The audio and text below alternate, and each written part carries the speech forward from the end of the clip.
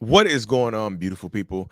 Lee Hammock, your favorite self-aware diagnosed narcissist, better known as mental Healness.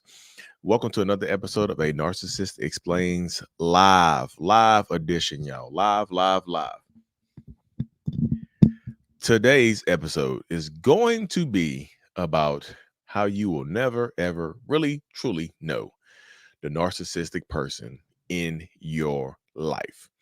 Never ever will you actually know that person. I know so one of the main lines that I hear when I'm doing my one-on-ones over Zoom is the fact that you never people say things like, I never knew this person. I don't know who this person is. It's like their personality switches up. They become cold, callous, and things like that. When you if they are in a new relationship, their personality characteristics change. They seem to model the new partner. You know what I mean? They seem to model the new partner and whatnot. And they go into the gym, they're doing this, they're doing that, they like different type of music. They switch up their whole personality while they're in this new relationship and whatnot. But while they were with you, they were a completely different person.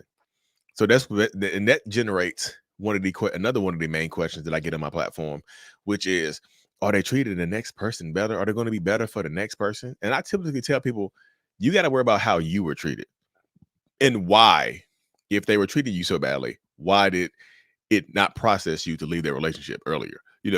And why you are not going to allow this next person in your life to do the same thing to you. Why you're not going to tolerate less. Why did you tolerate the bad treatment?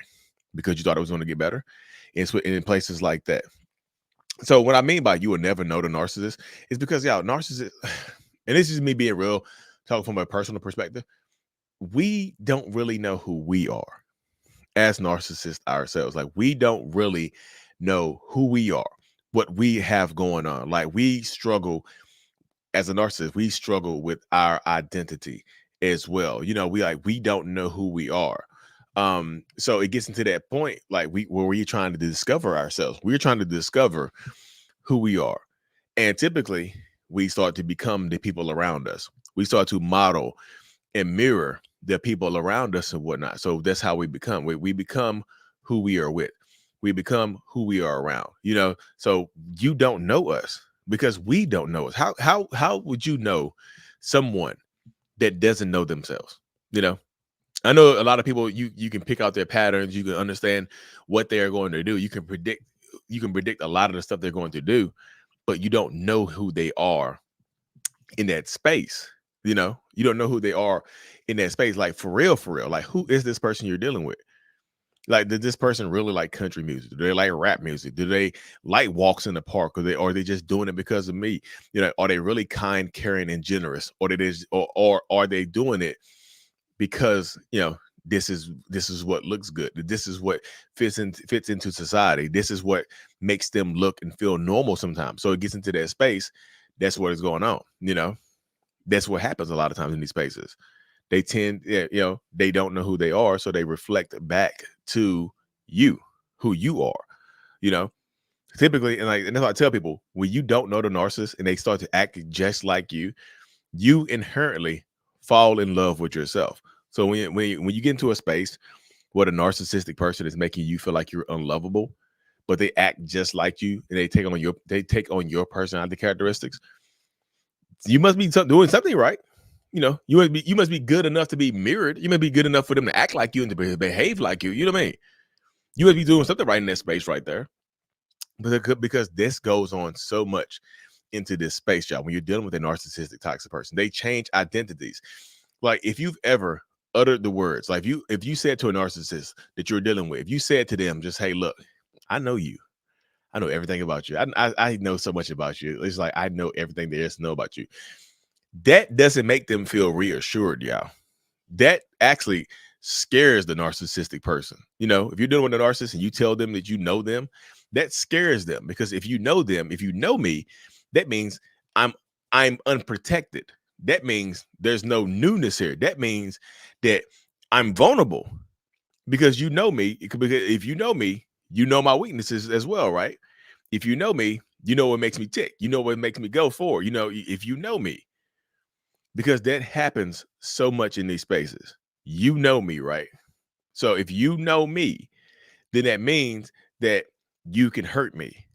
And because narcissistic people tend to want to protect themselves from being hurt, they come at you.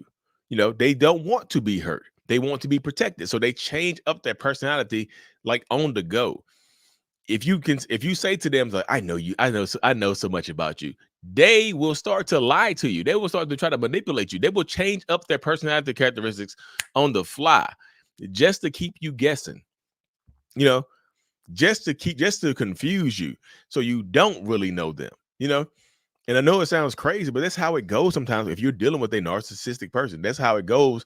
A lot of times when you're dealing with a narcissist, you don't really know them. You know, you absolutely don't. And it can be super confusing to a lot of people because, like, well, Lee, I kind of do know them. Yeah, you know of them. It's kind of like, you know my name, not my story. And even if you know my story, you only know what I told you about my story. You know, if you know my story, you got the cliff notes. You don't know who I was through my story. You don't know who I became through my story. Narcissistic people tend to be guarded and never ever really truly let their guard down with anybody. The you know, they might let their guard down a little bit at the beginning to get you a little bit at the beginning, and when they need to manipulate you in some way, shape, or form, when they need to get something from you or to trick you into doing something that they want you to do, they'll switch. Like they might be vulnerable in that space right there. You know what I mean?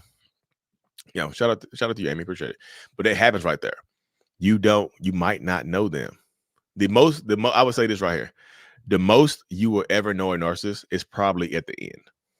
You know, the person they are when they are leaving you, especially when they get cold and callous and seem like they're trying to hurt your feelings, that's who they really are at their core, you know. Or when they get a little alcohol in them, they'll show you that true character when they get a little alcohol, little slizzle in them. When they get a little lick in them, little beer, a couple beers in them, a few beers, not a couple, a few beers. They'll show you that true character. They'll tell you. You mean one or two shots, they might just be open, honest, and be loving and caring, lovey-dovey type of stuff. But when they get past that, just the lovey-dovey stage, you'll show who they really are, y'all. You'll see them behind the mask. Because when they start yelling and screaming at you and raging out on you, that's who they really are. I know that they might say you bring out the worst in me. Like Jamie right here says, the alcohol brings out the evilness in them. It just alcohol allows them to let the guard down. You know, it's kind of like the wall comes down when the alcohol goes in. The wall comes down, so to speak. You know, so when the wall comes down, they become who they really are. You know, in this space right here. Julia said, never really knew who he was until I left him. Yeah, at the end is when you know the most about them. I promise you, they'll start showing you their true character when they start treating you bad, when they start doing things like that. You know, that's what they do right there in that space, you know, right there in that space. So, like I think Maya Angelou said, when people show you who they really are, believe them, y'all. Don't let them convince you that there's somebody else that they're not, because it happens more times than not, especially when you're dealing with a toxic, narcissistic person. You know, they'll put the mask back on. They change mask, y'all. Everybody gets a different version of the narcissistic person. I would say that right there. Yeah.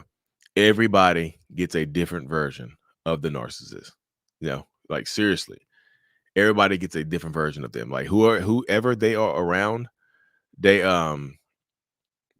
whoever they are around, they tend to become, you know, whoever they are around, they tend to become. They tend to take on the personality characteristics of those closest to them or in closest proximity to them. They do that a lot right there, y'all. I'm dead serious. Whoever they are around, they become. You know, they will blame their actions. Yeah. So if they start doing bad stuff, they will absolutely blame their actions on the alcohol. Just by the way, so thank you for saying that. You know, that happens right there a lot. So it's just in that space, that's what happens. And I saw somebody say narcissism is spiritual at its core. I mean, people say that. I don't. So do I personally believe narcissism is spiritual at its core? No, because when y'all say it's spiritual, that means you think there's a cure to it. People just like, oh, the Bible's the cure. No, y'all, it's not the cure. You know, reading the Bible doesn't do anything. You have to put in actions. It's all about actions. Hey, I prayed last night, but I still cheated on you. God guided me to them other buns. So I prayed and God guided me to them other buns. So that's what happens right there. They'll do that right there, just in that space. They'll keep doing it. Um, and it happens a lot, y'all. Like seriously, narcissistic people will continuously do that type of stuff to you. Don't like I say that. Could it be?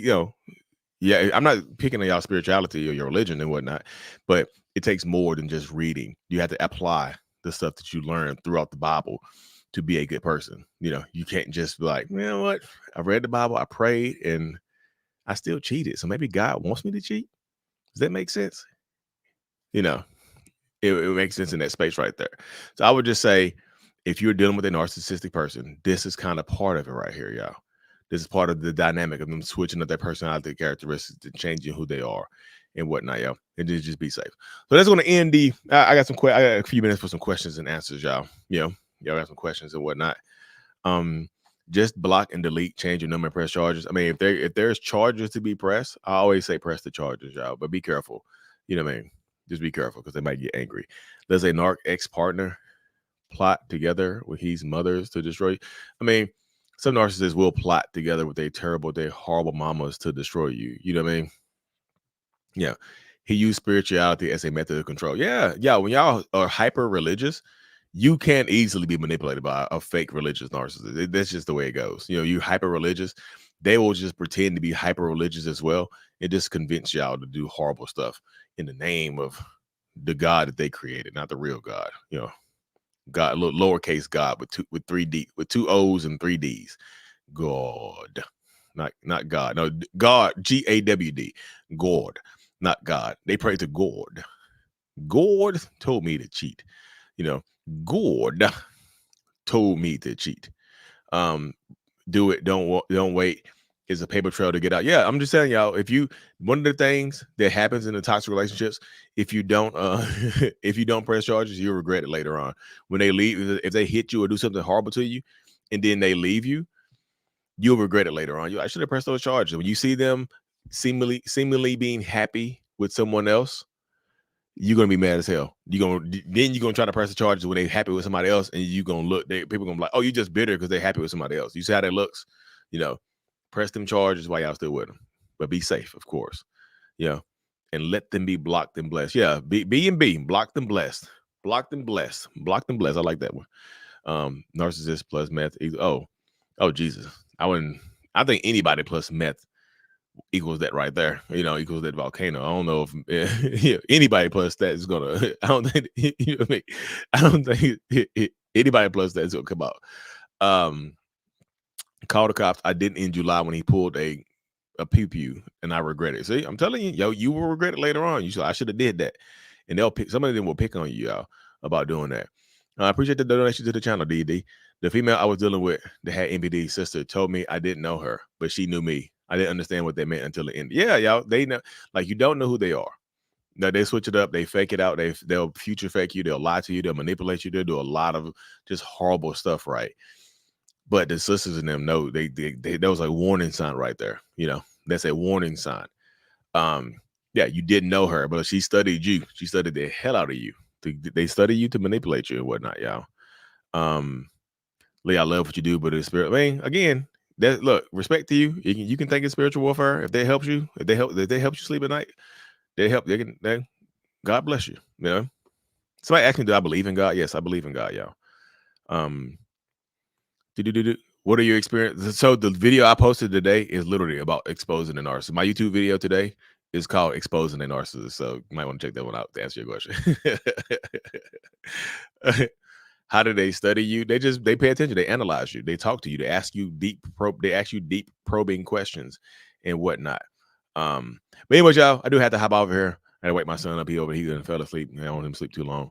And whatnot. So appreciate y'all tuning in. I might be live for a Q&A. It's just a random Q&A later on tonight, y'all. I appreciate y'all tuning in. Make sure y'all tune into my live show on Thursday, 9 p.m. Eastern Standard Time, and check out the Self-Love Journal on Amazon. Lee Hammock, I Love Me, Self-Love Journal. Thank y'all for tuning in, y'all. And peace. Stephanie, what's going on? Hey, see, I know who you are now. See, what's up? Peace.